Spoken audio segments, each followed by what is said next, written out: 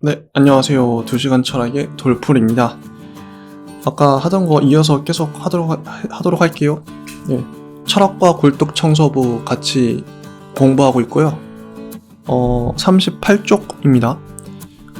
방금 전까지 그 아우구스티누스의 중세의 문제 설정, 전제에 대해서 얘기했었고요. 이번에는 데카르트의 문제 설정에 대해서 얘기해 보도록 하겠습니다. 잘 모르시는 분들은 앞에 에피소드를 듣고 와주세요. 데카르트에게도 확실한 지식, 이 확실성이 매우 중요하다고 해요.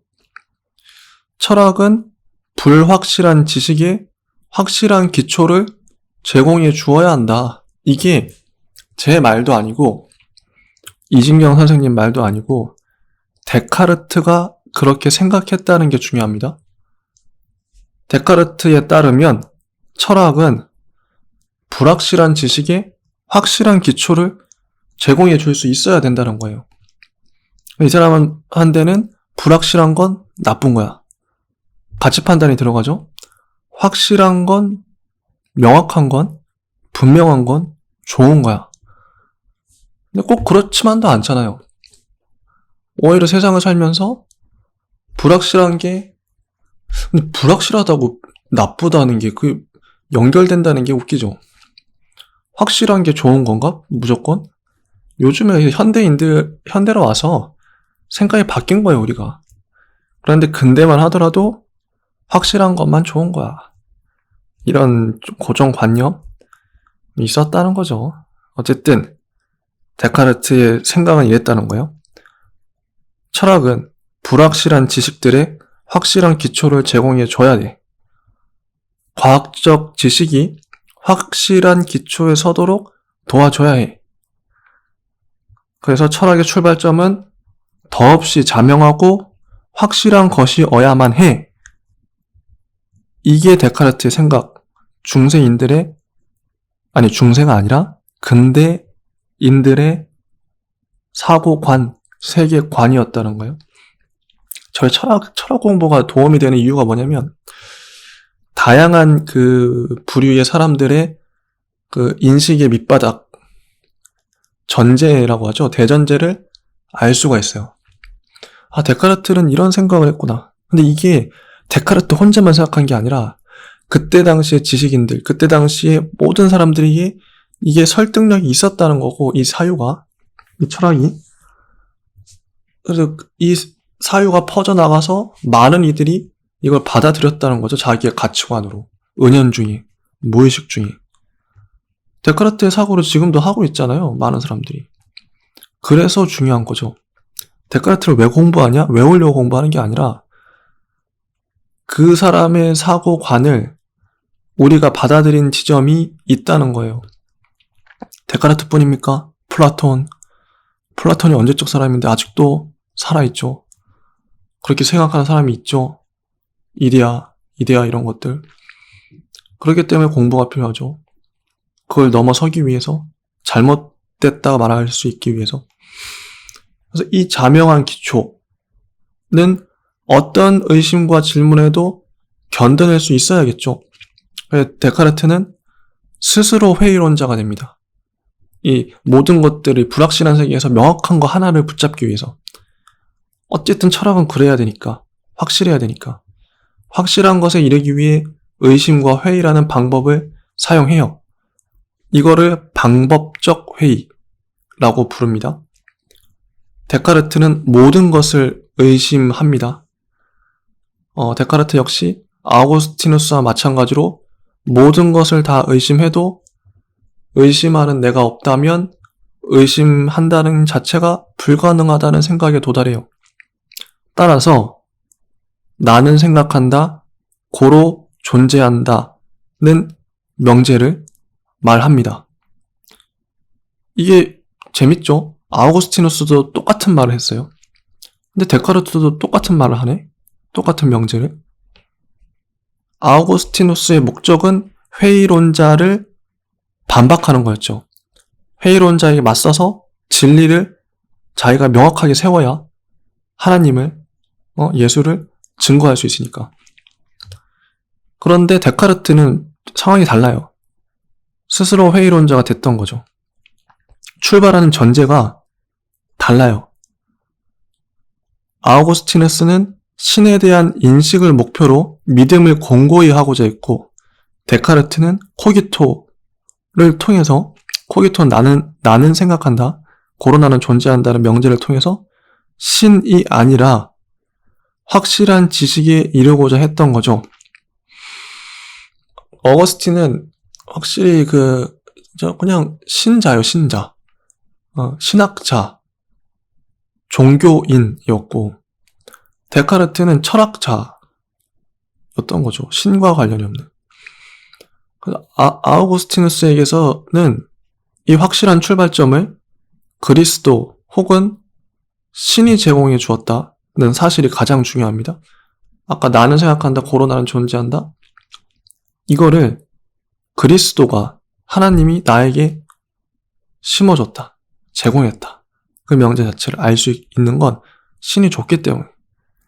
똑같은 명제를 갖고 데카르트는 그걸 누가 줬는지는 중요하지가 않아. 중요한 건 뭐냐면 나라는 자아가 자신의 능력으로서 확실한 것을 생각할 수 있다는 사실이다. 확실한 지식에 도달할 수 있는 능력을 인간 자신이 가지고 있다. 이게 중요하다는 거죠. 누가 줬는지는 중요하지 않아. 인간이 어쨌든 인간 스스로 확실함에 도달할 수 있어. 어쨌든 그런 능력이 인간에게 내장돼 있어. 인간을 믿는 거죠.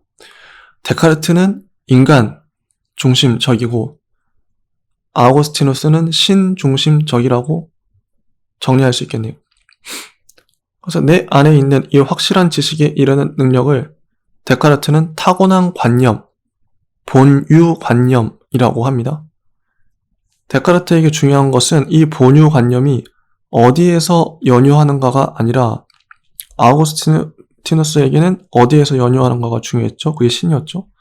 중세인들은 모든 게 다 신으로부터 왔죠.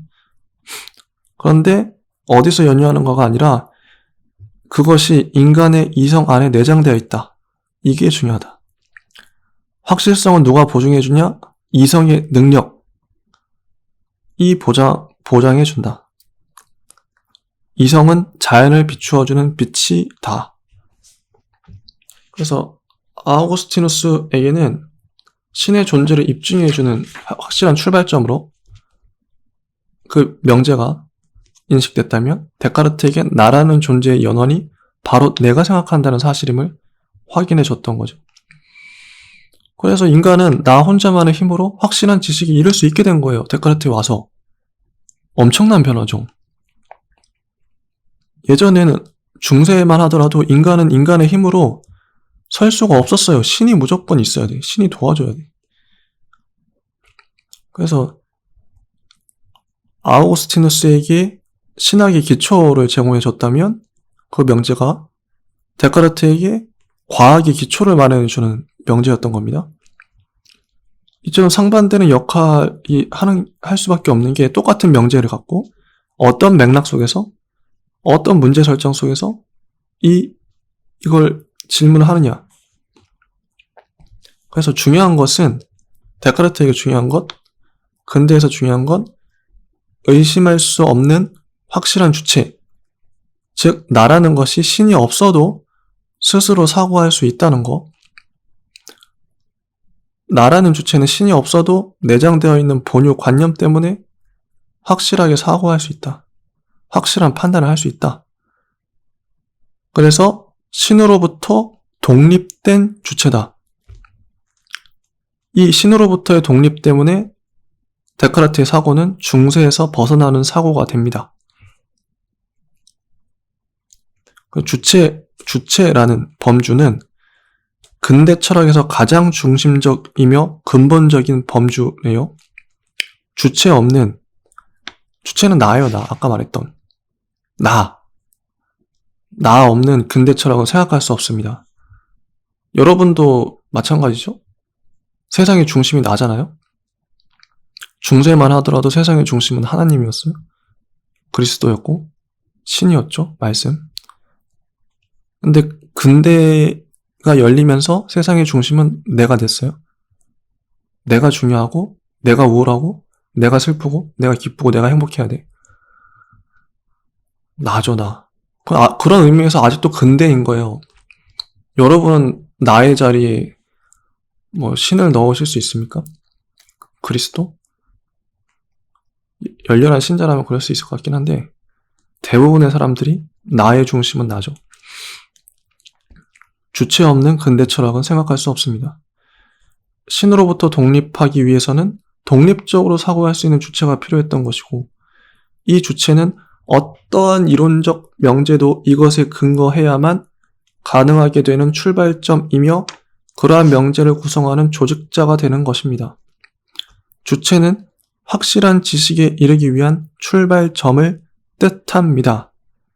주체는 사고를 가능케 하는 사고의 기초고 지식을 가능케 하는 지식의 기초인 거죠. 모든 지식과 모든 사고가 주체로부터 출발하죠. 그래서 근대 철학을 주체 철학이라고 명명합니다. 근데 주체라는 단어가 분석을 해보면 짝을 갖고 있는데 주체를 설정해 버리면 객체 혹은 대상이 따라다녀요. 내가 사고하는 주체라고 하면 주체가 사고하는 대상, 무언가가 있어야겠죠. 내가 밥을 먹으면 먹는 내가 있으면 먹히는 대상, 먹히는 밥, 먹히는 피자, 먹히는 치킨이 있어야 되잖아요. 주체가 있으면 반드시 대상이 있습니다. 근대 철학의 출발점인 주체는 인간이 신으로부터 독립했다는 것을 보여주는 동시에 다른 피조물인 자연세계의 대상으로부터 인간이 분리되어 있음을 보여줘요. 신으로부터 분리가 됐는데 이게 내가 주체가 되어버리면서 자연으로부터도 분리가 돼요. 그죠? 자연으로부터 나와 자연은 분리되어 있는 거예요. 인간은 자연세계와는 본질적으로 다른 거죠. 다른 존재가 되는 거죠. 왜냐하면 나는 주체고 자연은 대상이면서 객체일 수밖에 없으니까. 이렇게 된대요. 논리적으로. 주체인 인간이 대상인 자연을 지배한다는 생각은 주체와 대상이 이런 근대적인 분할에 따른 것이라고 합니다. 오늘날 팽배한 인간이 자연을 개발하고 자연을 지배한다? 이 생각이 주체 철학에서부터 주체와 대상을 분리하는 바람에 발생했던 거죠. 이렇게 다른 인간과 자연을 구별하는 특별한 존재로서의 이제 특별해졌죠, 인간이. 예전에는 신 아래, 중세 철학인의 신 아래 있을 때는 인간이 이렇게 특별하지 않았는데 신의 종이었죠. 그런데 인간이 특별해지면서 이제 더 이상 신이 없고 특별해지면서 자연보다 또 우월해지면서 인문 과학이 발전하게 된다. 근데 이때 문제가 발생해요. 뭐냐면 인간과 대상이 분리됐잖아요. 주체가 대상으로부터 떨어졌을 때 인식하는 주체가 인식되는 대상과 일치할 수 있는가? 일치하는지 어떻게 아는가? 쉽게 말하면 내가 벌 아시죠? 벌, 날아다니는 벌. 벌에 대해서 알고 있는 이 지식이 실제로 살아있는 벌과 일치하냐? 이걸 어떻게 보증하지? 주체가 대상을 올바로 인식할 수 있는가 하는 인식론의 문제가 대두될 수밖에 없다고 해요. 근대에 오면서 새롭게 문제가 생긴 거죠. 내가 갖고 있는 내가 인식하고 있는 것과 그 실제 대상이 일치하냐? 이런 거죠. 매우 중요한 문제라고 합니다. 이 시점이. 만약 대상이 일치하는 지식, 올바른 인식에 도달할 수 없다면 진리에 이를 수가 없겠죠. 이게 재밌는 게 아까 이제 주체가 신으로부터 독립했잖아요. 나는 나야. 주체 철학하면서. 나라는 주체가 진리에 이를 능력이 스스로 갖고 있어. 내가 이성이 있기 때문에 내 스스로 진리를 판단할 수 있어. 굳이 그리스도나 신이 나한테 뭘 안 줘도, 진리를 안 갖다 줘도 나 혼자 판단할 수 있어. 이게 근대적 사고란 말이죠. 이런 생각이 있는데 막상 주체를 신으로부터 독립시켰더니 진리에 이를 능력이 없대. 독립된 나가 어떤 대상을 파악을 제대로 못해. 진리를 알 수가 없어. 그러면 얼마나 우스운 꼴이 돼요. 겨우 신으로부터 독립했는데 인간이 진리를 하나도 알 수가 없어. 그런 문제가 심각한 거죠. 데카르트로선 그리고 이후의 근대 철학자 전부는 진리를 인식할 수 있음을 증명하는 게 가장 중요하고 가장 절실한 문제가 되었다. 진리야말로 주체에서 출발한 근대 철학이 어떻게든 도달해야 할 목표였다. 그렇죠? 인식 대상과 인식 주관의 일치라는 뜻에서 진리라는 범주가 주체라는 범주와 쌍둥이로 등장하게 됩니다. 요약하면 주체는 근대 철학의 출발점이요. 주체는 나, 인간이 근대 철학의 출발점이고 진리는 말 그대로 진리죠. 진리는 그 목표점입니다. 주체와 대상의 일치가 진리죠. 그래서 이 두 개의 범주는 근대 철학 전체의 기초와 방향을 특징짓는 가장 근본적인 범주입니다. 근대 철학의 모든 질문 자체가 그것에 매일 수밖에 없고 그에 대한 대답 역시 거기에 벗어날 수 없었던 집안이라는 거죠. 문제 설정 아까도 초반에 얘기했었죠. 일부에서. 문제 설정을 이렇게 지어놨으니 이 문제 설정에 모든 질문들이 갇히게 되는 거예요. 그 다음에 44쪽 진리에 이르는 길이란 소제목인데요. 45쪽 넘어가서 데카르트 얘기를 좀 더 하면 데카르트에게는 두 개의 실체가 있다 그래요. 그 실체는 연장과 사유다. 일단 그러면 실체가 뭐냐?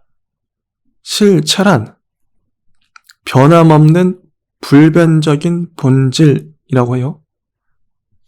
아무리 모습이 바뀌고 다른 것처럼 보여도 변함없는 불변적 본질. 예를 들는데 터미네이터 2의 티천이라고 그 악당, 자기 몸을 막 변화하는 악당이 나오잖아요. 걔의 변함없는 본질이 뭐냐. 사라 코너를 노리고 있는 거죠. 주인공의 목숨을 노리는 게. 이게 변함없는 본질이다. 이게 실체다. 실체. 실체란 다른 변화를 만들어내지만 다른 것에 의존하지는 않는 영원한 특징이라고 해요. 그렇다면 데카르트에게 모든 사물에 공통적으로 존재하는 실체, 아까 변함없는 본질이란 무엇인가? 데카르트는 이것을 연장과 사유라고 합니다. 연장은 물질 혹은 물체의 가장 중요한 특징인데 어떤 공간적인 자리를 차지하고 있음을 뜻한대요. 공간적인 자리, 노트북, 책상, 의자, 공간을 차지하고 있잖아요. 공간적인 자리를 차지하고 있는 게 연장이에요. 달리 말하면 모든 물체의 실체는 연장이다. 모든 물체의 실체는 연장이다라는 말은 같은 말로 모든 물체는 어떤 공간을 차지하고 있다는 말이죠. 당연한 말입니다. 누가 반박할 수 있겠어요? 모든 물체가 당연히 물체인 이상 공간을 차지하고 있겠지. 이게 실체라는 거예요. 물체의 실체. 물체의 본질, 변함없는 본질은 공간을 차지하는 거, 자리 차지하고 있는 거. 그 다음에 두 번째, 사유. 사유는 생각하는 성질이래요. 이건 공간상의 자리와 다르죠. 당연히 정신의 실체는 사유다. 데카르트의 철학은 두 개의 실체를 가정하고 있는데 이게 이원론, 연장 사유가 이원론이라고 합니다. 인간은 사유와 연장, 다시 말해 정신과 육체라는 두 실체가 결합해서 이루어졌다. 근데 나는 생각한다, 고로 존재한다는 이 명제만 봐도 일단 생각을 하니까 내가 존재하잖아요. 데카르트에겐 그래서 생각이, 사유가 존재, 그 연장보다 우선한다. 생각이 중요한 거죠. 따라서 주체란 생각하는 나, 곧 정신과 동일한 것으로 간주된다. 이처럼 정신이 육체나 물질보다 우선한다는 뜻에서 데카르트의 철학은 관념론이라고 할 수 있습니다. 정신과 육체가 이처럼 별개의 실체라면 인식하는 정신과 인식되는 대상이 완전히 별개라면 대체 이 양자는 어떻게 일치할 수 있는가? 이게 해결하기가 쉽지 않다고 그래요. 예를 들어서 육체를 정신이란 주체에 의해서 규정된다고 하면 그러면 육체란 실체는 정신에 의존하게 되겠죠. 정신이 육체를 지배해버리는데. 그러면 아까 정의, 실체는 원인이지 결과가 아니다. 다른 것에 의존하지 않는다. 이 정의에 어긋나게 된대요. 반대의 경우도 마찬가지고요. 그러니까 정신이 육체를 지배하든, 육체가 정신을 지배하든, 그렇게 되면 지배해버리고 그 영향을 받는 순간 그 자체는 실체가 아니라는 거예요. 이 정의에 어긋나기 때문에 모순이라는 거죠. 따라서 진리에 도달할 수 있는가 없는가, 즉 주체와 대상, 정신과 육체가 일치하는가 아닌가는 데카르트로서 매우 심각한 문제였다 그래요. 이걸 풀어야 되는 거죠. 자기가 문제 설정을 그렇게 해버렸으니까 자기 문제에 자기가 갇혀버린 꼴입니다. 이게 일치를 해야 되는 거야. 그럼 이 문제를 데카르트는 어떻게 풀었을까요? 푸는 과정 세 가지로 풀었대요. 자, 한번 하나씩 보겠습니다. 이게 일치의 문제가 왜 중요한지는 혹시 좀 감이 오시나요? 왜 주체와 대상이 일치돼야 되는가? 왜 정신과 육체는 일치돼야 되는가? 괴리가 없어야 되는가?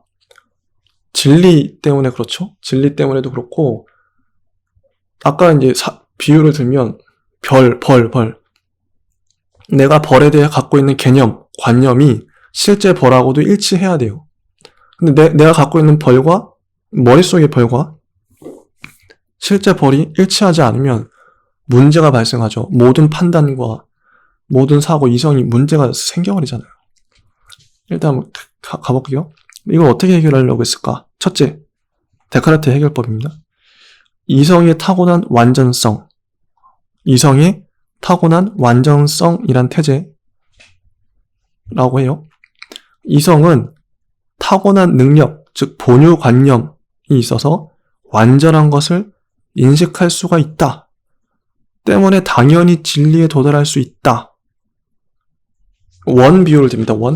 원을 막 그려볼게요. 칠판에도 그리고 막 수백 개의 원을 그려요. 근데 어떤 원도 완전하진 않죠. 완벽한 원은 없죠. 하지만 인간은 타고난 관념으로 완벽한 원을 머릿속에 갖고 있다고 해요. 실제로도 그렇죠. 우리 머릿속에는 완벽한 원이 있긴 있잖아요. 그 원에 의거해서 좀 어그러진 원도 그려낼 수 있고, 모든 원들은 실제 세상에 존재하는 원은 완벽한 원은 하나도 없어요. 다 어그러진 원인데 어쨌든 완벽한 원은 머릿속에 있다. 본유관념, 이성의 타고난 능력은 완전한 것을 인식할 수 있다. 그래서 우리는 완전한 원에 대한 개념을 가지고 있다. 사물이나 감각 경험이 불완전하지만 인간의 이성은 완전한 것을 인식할 능력을 갖고 있다. 그래서 영혼, 그 이성이 우위를 두는 관념론의 입장을 채택합니다. 관념론.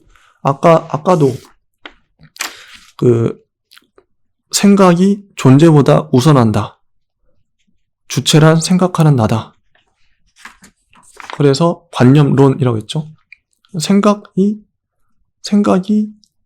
이미 이성이 완벽한 거를 알고 있어. 이 완전한 이성이라는 주장을 증명하기 위해서 다시 신을 끌어들여요. 완전한 개념은 불완전한 것에서 나오지 않습니다. 이것도 데카르트의 전제예요, 그냥. 내가 완전한 원을 알고 있다는 건 불완전한 것으로부터 오지 않았어. 완전한 존재인 신이 그걸 알게 해준 거야. 아우구스티누스는 여기서 신을 증명하고 신에 대한 믿음으로 나갔죠. 그런데 데카르트는 신이 준 것은 바로 완전한 것을 사고할 수 있는 능력임을 강조했대요. 그러니까 누가 졌는지는 중요한 게 아니에요. 인간이 완전한 것을 인식할 능력을 타고난다는 게 데카르트한테 중요한 거죠. 당연히 어거스틴한테는 누가 졌는지가 중요하고 그게 신이니까. 데카르트는 거꾸로 이성의 완전성을 조정하기 위해서 신을 끌어들이고 있는 셈이에요. 신을 이용하는 거죠. 반면 아우구스티누스는 신의 존재와 신앙을 위해서 진리를 인식할 수 있는 이성의 능력을 끌어들이고 있어요. 어거스틴은 이성을 활용하고 있는 거죠. 신을 증명하기 위해서. 자기한테 신이 중요하니까. 따라서 어거스틴이든 데카르트든 그들 각자에게 중심축은 정반대되는 방향을 향하고 있습니다. 이런 차이에서 우리는 서로 다른 사고와 서로 다른 시대, 중세와 근대의 차이를 읽을 수 있는 거죠.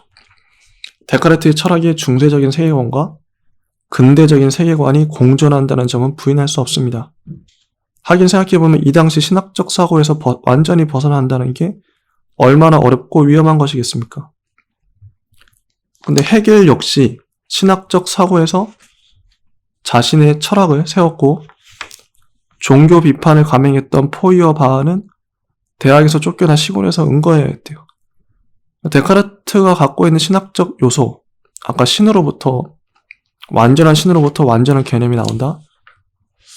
이 어쩔 수 없는 한계인데, 지금 보면 누구나 웃잖아요. 철학이 무슨 신을 끌어들여. 근데 데카르트가 갖고 있는 이 신학적 요소는 차라리 시대적 한계라고 해야 된다. 분명한 것은 그런 시대적 한계에도 불구하고 중세적 세계관과 근대적 세계관의 공존 속에서 우위를 점하는 것은 근대적 세계관이었다. 그래서 당시는 근대였다. 그래서 데카르트의 세계관은 중세와 근대가 짬뽕된 세계관이었던 거죠. 그래서 데카르트는 이러한 이성 능력의 완전성을 기초로 해서 이성이 진리를 인식할 수 있다. 아까 말했던 완전한 원의 개념은 실제하는 수많은 불완전한 원보다 훨씬 더 진리에 가깝다. 이런 맥락에서 데카르트는 수학이야말로 확실하고 완전한 지식, 수학이야말로 진리의 모델이다. 라고 말했던 거예요. 이게 되게 글이 논리적이죠? 그리고 두 번째. 아까 불일치 얘기했잖아요. 불일치를 어떻게 해결하는가. 이성이란 주체의 완전성과는 다른 차원에서 대상 세계를 올바로 인식할 수 있는가. 주체 아까 완전하다 그랬죠? 첫 번째 그 논증에서. 이성 능력이 완전해. 수학이야말로 진리의 모델이야. 그거와 다른 맥락에서 대상 세계를 과연 인식을 제대로 할 수 있냐. 다른 차원에서. 이에 대해 데카르트는 긍정적으로 답해요. 왜냐? 근거는 급속히 발전하고 있던 근대 과학 때문에 과학의 발전을 통해서 대상적 진리, 객관적 진리를 인간들은 인식할 수 있다.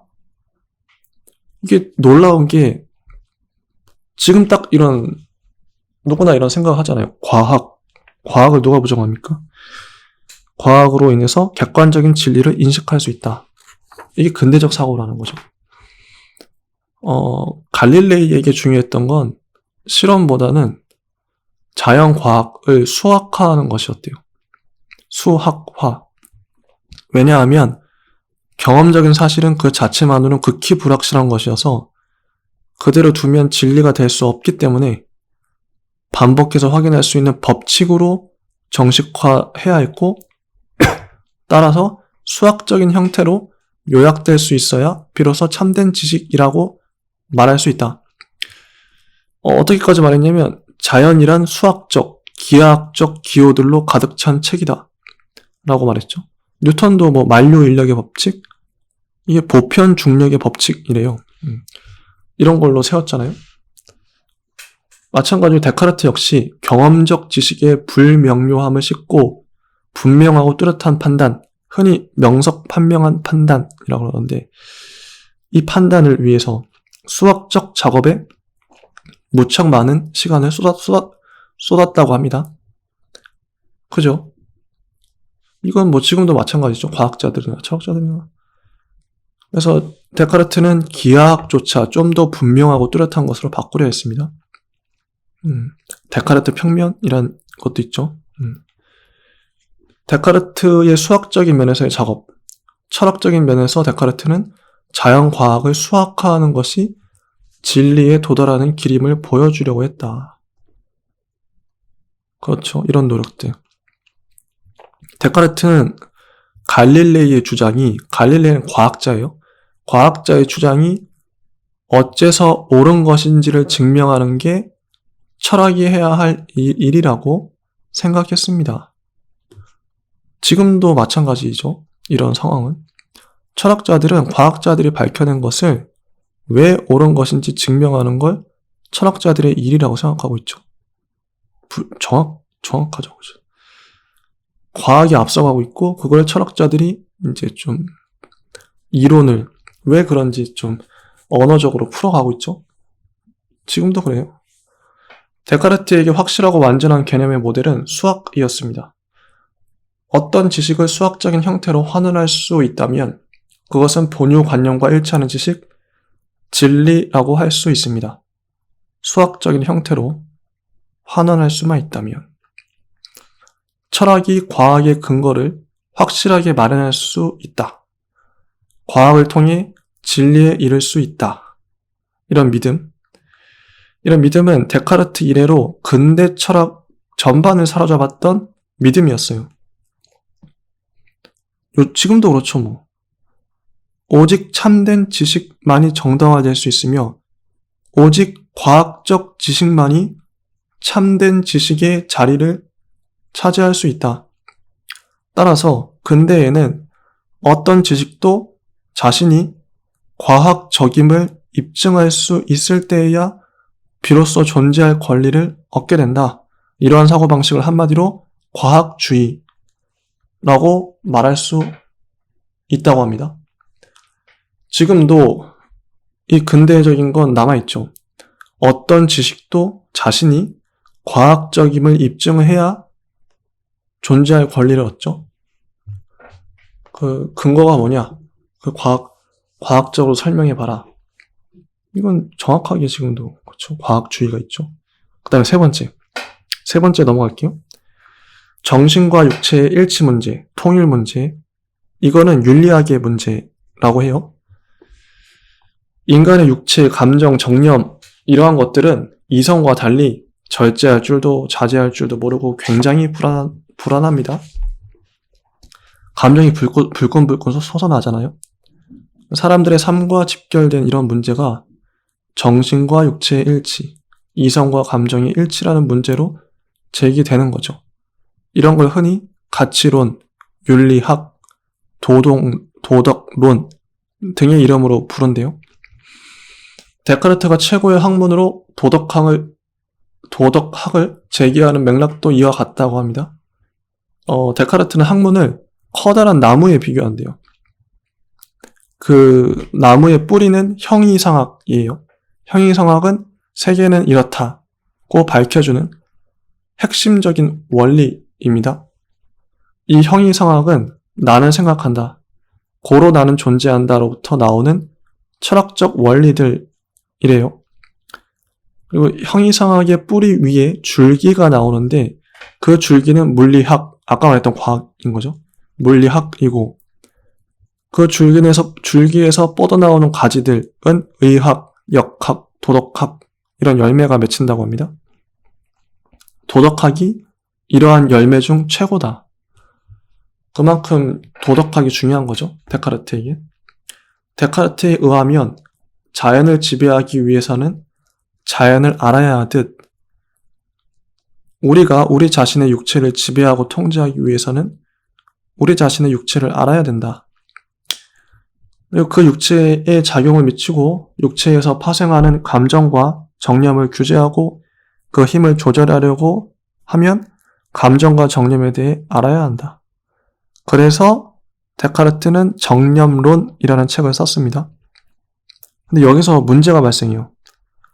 신에게서 독립할 자격을 얻으려면 신이나 성직자가 없어도 인간이, 그러니까 주체가 올바로 살아갈 수 있어야 하는데 답답하게도 인간의 육체나 감정은 제 멋대로고 이성과 같지 않더라는 거죠.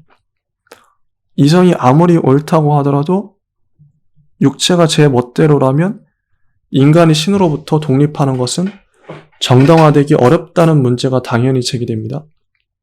그래서 데카르트는 어떻게 육체를 이성적으로 통제할 수 있을까 하는 문제를 다루는 도덕론이 중요했던 거예요. 어떻게 육체를 이성으로 통제할 수 있을까? 감정과 정념, 욕망과 육체적 활동을 진리에서도 도달할 수 있는 완전한 능력을 가진 이성이 통제하고 지배하는 거죠. 이런 마인드, 이런 관점은 지금도 많이 갖고 있죠. 대부분의 사람들이. 이성으로 욕망을 통제하는 거, 이성으로 육체를, 정념을 통제하는 거, 감정을 통제해야 된다. 이런 거죠. 그래서 인간의 이성, 정신은 대체 육체나 욕망, 육체적 욕망, 정념에 대해 어떻게 지배력을 행사할 수 있을까? 지배력. 인간의 정신과 육체는 어떻게 일치될 수 있을까? 이에 대한 답을 데카르트는 정신과 육체가 만날 장소가 필요한 거죠. 육체가 정신의 말을 듣고 통제에 따라줄 장소가 필요했던 거예요. 인체에. 영혼 속의 정념을 불러일으키고 무언가를 욕망하게 만들고 육체로 하여금 사물을 향하게 하거나 피하게 만드는 어떤 장소, 그거를 데카르트는 송과선이라고 해요. 이게 송과선을 통해서 정신과 육체가 만날 수 있다. 교감할 수 있다. 양자가 일치할 수 있다. 송과선이 어딨냐면 뇌의 한복판에 있다고 데카르트는 주장하는데 지금까지 어떠한 해부학자도 송과선을 찾아내지 못했습니다. 그냥 만들어낸 거죠. 참 좀 우스운데 데카르트는 송과선까지 발명하면서 이 정념론의 기초에 잠정적인 도덕론을 제시합니다. 그는 우리의 욕망에는 도달할 수 있는 것과 도달할 수 없는 게 있다고 해요. 도달할 수 없는 것은 욕망하지 말고 포기하라고 가르칩니다.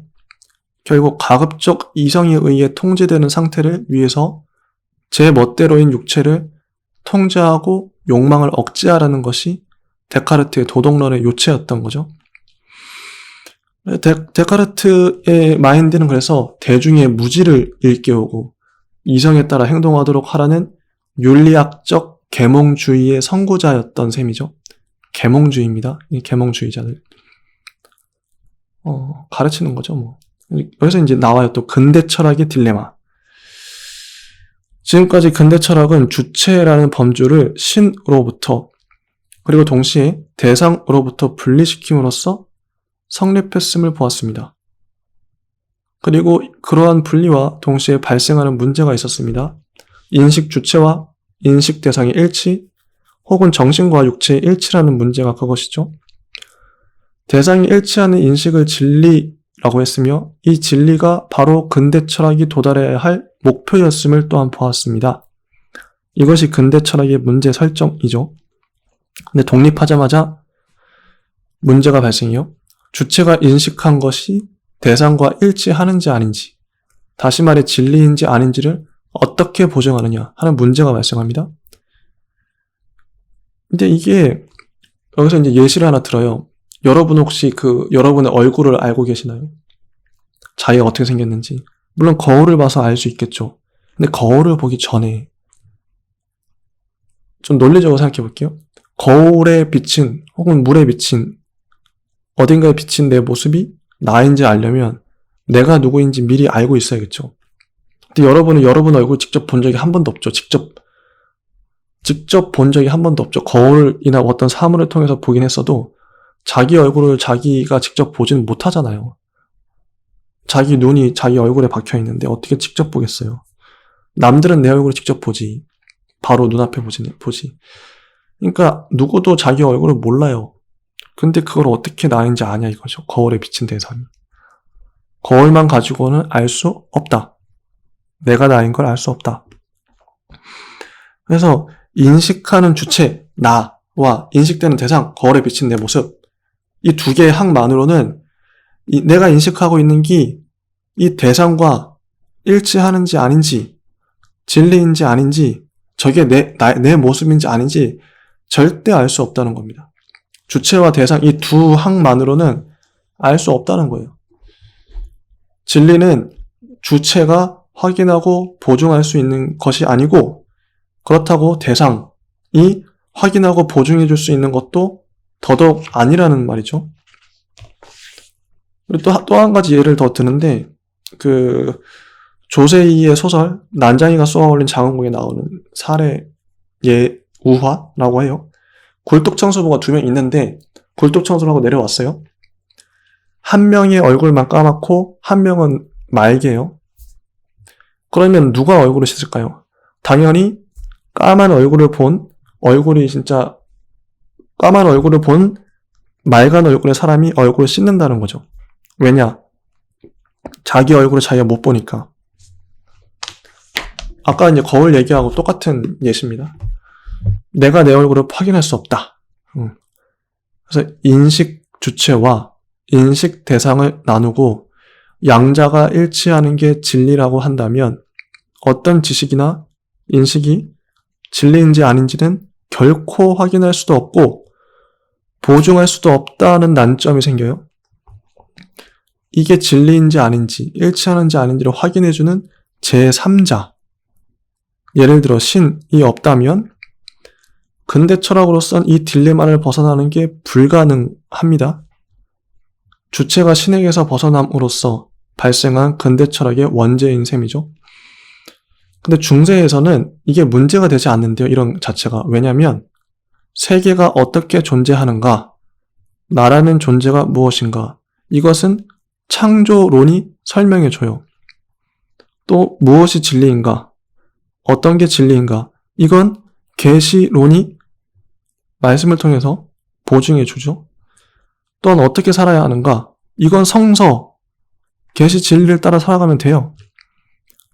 이를 전하는 교회와 성직자의 말에 따르면 충분해요. 이게 곧 진리를 실천하는 거죠. 중세는 모든 게 다 정해져 있어요. 주체와 대상을 일치시킬 필요도 없어. 근데 신을 없애버리니까 이 모든 것들이 명확했던 모든 게 불확실해지면서 문제가 생겨버린 거예요. 데카르트의 주체가 선악과를 따먹은 거죠. 신으로부터 독립했기 때문에. 독립된 나라는 존재가 어떠한 존재인지 새롭게, 신 없이, 말씀 없이, 성경 없이 응답을 해야 돼요. 대답을 해야 돼요. 이것이 존재론이라는 철학의 분과를 만들어냅니다. 또한 예전에는 신의 계시에 의해 보증되었던 주체와 객체의 일치가 신이 보증해줬어요. 중세 때까지만 해도. 신으로부터 독립함과 동시에 불확실하고 알 수 없는 게 되었다.